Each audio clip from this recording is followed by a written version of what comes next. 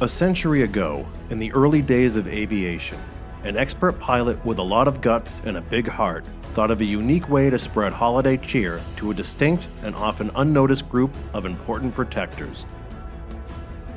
I'm Kory Curcuru for 1623 Studios, and this is the story of the Flying Santa.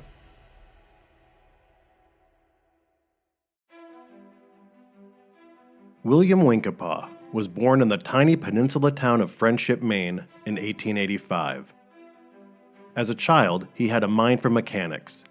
He tinkered with bicycles and boats and was fascinated by automobiles and trains. But it was the unbelievable story from Kitty Hawk, North Carolina in 1903 that brothers Wilbur and Orville Wright completed the first sustained, controlled flight of a machine heavier than air that hooked young William on aviation. Winkapaw earned a mechanical engineering degree from the Pratt Institute in 1910, then pursued his dream of becoming a pilot by enrolling in the Curtiss Flying School at Coronado Island off San Diego. Named after aviation pioneer Glenn Curtiss, who made the first long-distance flight in the U.S., the school was the first to train Army and Navy pilots, the first to practice takeoffs and landings on warships, and the first to launch floatplanes, or seaplanes. Winkapaw earned his wings from the Aero Club of America, which issued the first pilot's licenses in the country. Winkapaw also helped the Army Air Service train combat pilots during World War I. Then, capitalizing on the public's post-war fascination with aerial combat maneuvers and acrobatics, he worked the national barnstorming circuit for years, wowing spectators at fairs, festivals, and air shows with his exceptional flying skills. Impressed, Glenn Curtiss himself hired Winkapaw to build and manage airports and seaplane facilities throughout New England. So Winkapaw returned to Maine. Knowing how much reliable air service meant to Maine's coastal communities, he launched a commercial air delivery business in Rockland, ferrying people and supplies. On several occasions, Winkapaw rescued sick or injured people in the region's most remote places. Many were out-of-work fishermen at abandoned encampments trying to survive the winters by hunting and trapping. Winkapaw became intimately familiar with the thousands of islands that dot the coasts of New England, New Brunswick, and Nova Scotia. Many of the excursions forced Winkapaw to navigate through awful weather and ever-persistent New England fog. At a time when air-to-ground communication was nearly non-existent, lighthouses were vitally important reference points for coastal pilots. Before sophisticated electronic systems were developed, aviators relied on magnetic compasses, maps, and landmarks. Although designed for maritime navigation, lighthouses were so effective in aiding aeronautical navigation that the U.S. Lighthouse Service created its own airways division.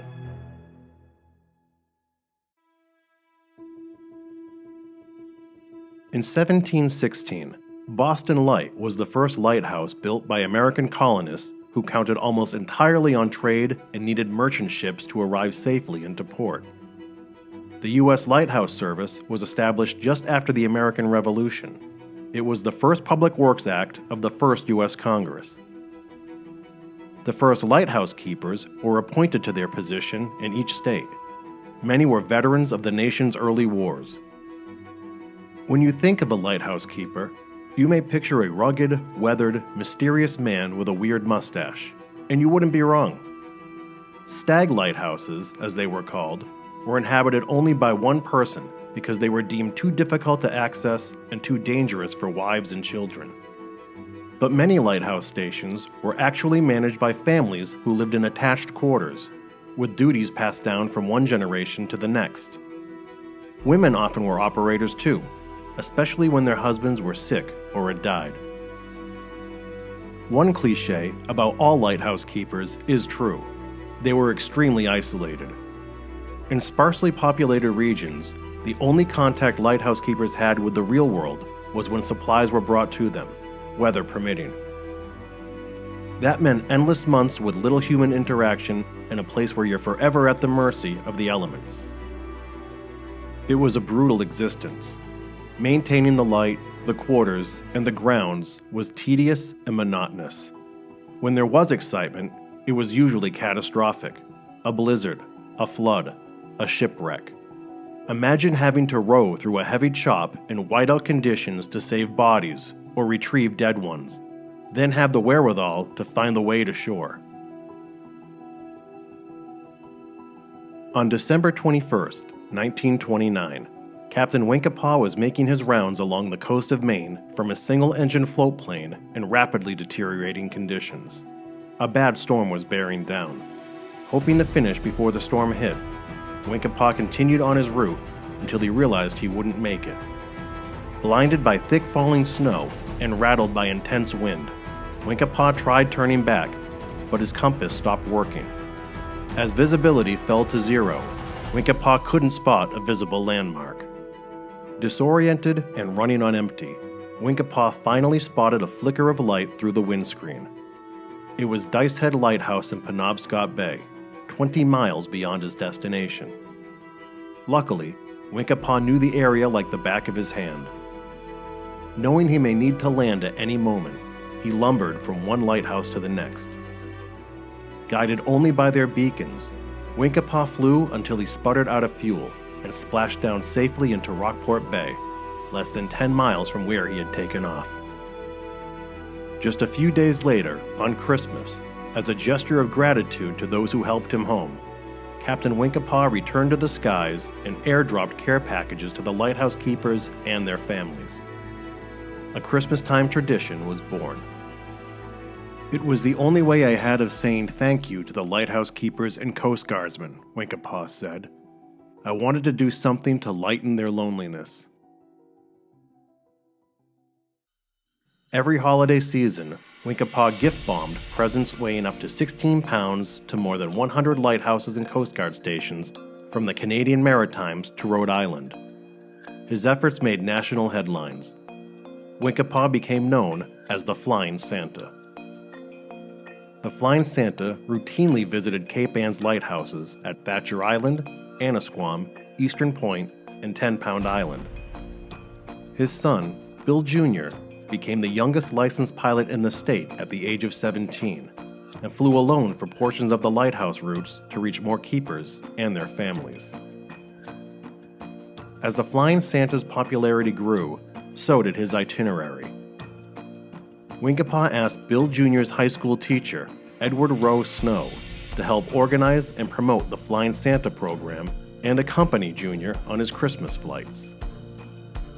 The aptly named Mr. Snow was a coastal historian descended from sea captains and a budding reconnaissance aerial photographer. He greatly admired the Winkapaws. Although he wasn't a pilot, Snow's enthusiasm helped secure the support of many regional corporations, including La Touraine Coffee Company, Bickford's Restaurants, and Wiggins Airways. Originally paid for entirely out of Winkapaw's pocket, the sponsorships ensured the program's continued success. By this time, the Coast Guard oversaw the nation's lighthouses. As the Flying Santa program expanded throughout New England, Captain Winkapaw flew the northern course, while Bill Jr. and Mr. Snow covered the south. In 1940, Snow, accompanied by his wife Anna Merle, got a Christmas present of their own as they neared Gloucester's 10-Pound Island, which was operated at the time by Edward Hopkins. Hopkins' wife Evelyn knew the Flying Santa was on his way early that morning, so she nailed stacks of papers to the ground and arranged them to spell Merry Christmas. Snow photographed the message and sent it to the Associated Press. The picture ran in newspapers across the country. The program existed sporadically during World War II, as the three Santas had wartime obligations. Bill Winkapaw flew missions retrieving gold and machinery from Bolivia. Bill Jr. became a flight instructor for the Navy. Snow worked as an Army Air Corps photographer in northern Africa. In late 1942, Snow was wounded during a bombing mission and spent Christmas recuperating in a hospital bed. But the following year, he continued the custom by hiring charter planes and playing the role of Santa himself. Under the direction of the Navy, when the Flying Santas could deliver gifts during the war, the words Christmas Sealplane were displayed in giant letters on the sides of their Santa sleighs to ensure they weren't mistaken for enemy aircraft. All three resumed their Yuletide duties after the war's end. The program's popularity grew even larger. Soon, Mr. Snow traveled as far south as St. Augustine, Florida. Then, on July 16, 1947, while piloting a sightseeing tour near his hometown in Rockland, Maine, Captain William Winkepaw suffered a heart attack and plunged a quarter-mile off the public landing. He and a passenger were killed. During his service, attended by representatives from the Army and Navy, lighthouse keepers around the region blasted foghorns and rang warning bells in tribute to the original Flying Santa.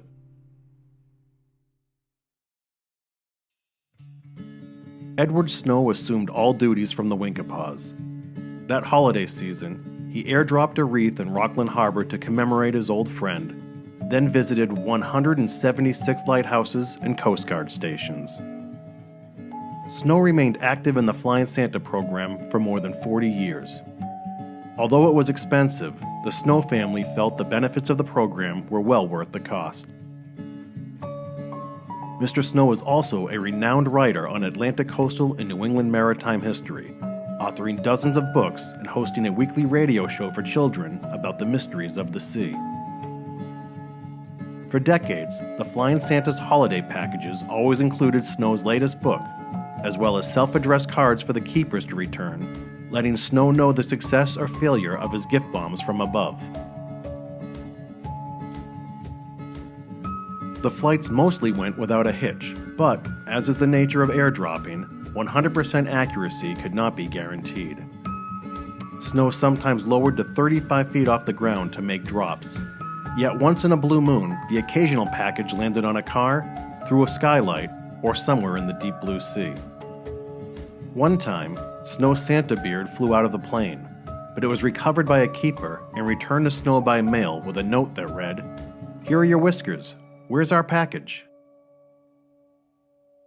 On a few occasions, the Coast Guard assisted Mr. Snow by providing aircraft. In 1953, Snow conducted the first transcontinental Santa flight, dropping packages to lights on the East Coast in the morning, then at the Great Lakes, and finally the West Coast to visit 36 stations in California and Oregon. By the 1970s, due to FAA regulations and insurance costs, some transports were made by boat, car, or helicopter. In any event, the Flying Santa returned year after year. In 1981, Snow suffered a stroke that prevented him from making any future deliveries. Hearing that New England's lighthouse families would not be visited by the Flying Santa for the first time since 1942, Judith Van Ham, the director of the Hull Life-Saving Museum, secured the volunteer services of pilot Ed McCabe in support of regional businesses. Ms. Van Ham organized that year's flight with McCabe at the controls, dressed in Edward Snow's red Santa suit. Edward Rose Snow passed away in 1982 at the age of 79. In 5 decades of service as the Flying Santa, the beloved teacher, veteran, and author spread holiday cheer to thousands of lighthouse keepers, coasties, and their families. In the late 1980s, most lighthouses were gradually automated, meaning they could be operated without a lighthouse keeper. Yet the Flying Santas continue to visit Coast Guard bases and installations. The all-volunteer nonprofit Friends of Flying Santa was organized to run the program with a number of retired Coast Guardsmen serving as the Flying Santa. Presently, all lighthouses in the United States are automated. The last lighthouse keeper in the country retired from America's first lighthouse, the Boston Light, in 2023. Her name? I swear I'm not making this up. Sally Snowman. Today, the Friends of Flying Santa deliver gifts to hundreds of Coast Guard children at dozens of locations from Maine to New York, including some of the very lighthouses that Captain William Winkepaw visited nearly 100 years ago. As Mr. Snow once said, reading from the air, "Thank you, Flying Santa," spelled out in stones or driftwood on the ground below, then seeing happy people pick up the packages. It's a thrill. Merry Christmas!